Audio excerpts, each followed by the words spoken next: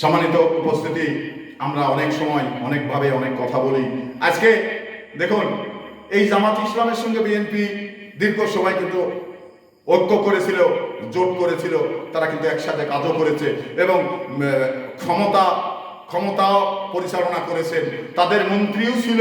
আজকে কিন্তু তারা কি অকৃতজ্ঞ, যেটা বলার কিছু নেই।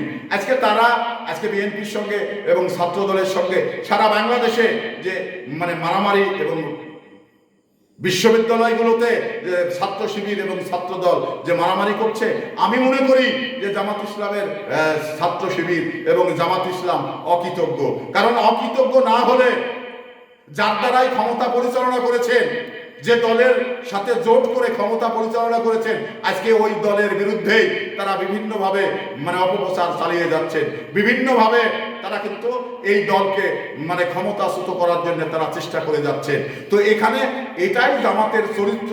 কারণ জামাত অন্যেরটা বোঝে না, নিজেরটাই ভালো বোঝে, যার কারণে আজকে তাদের আমরা অকৃতজ্ঞ ছাড়া আর কিছু বলতে পারি না। তো এই জন্যেই জামাত ইসলাম যে তারা মুনাফিক, জামাত ইসলাম যে তারা মির্জাফর, এটা কিন্তু যথেষ্ট এই বাংলাদেশের তথ্যপাত্র রয়েছেন।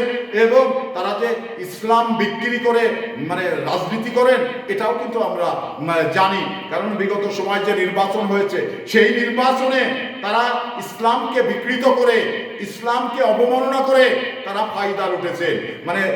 জামাতকে ভোট দিলেই জান্নাত পাওয়া যাবে, এই রকমই মুনাফিকি কথা জামাত ছাড়া বাংলাদেশে আর কোনো রাজনৈতিক দল কখনো বলেনি এবং বলবে না।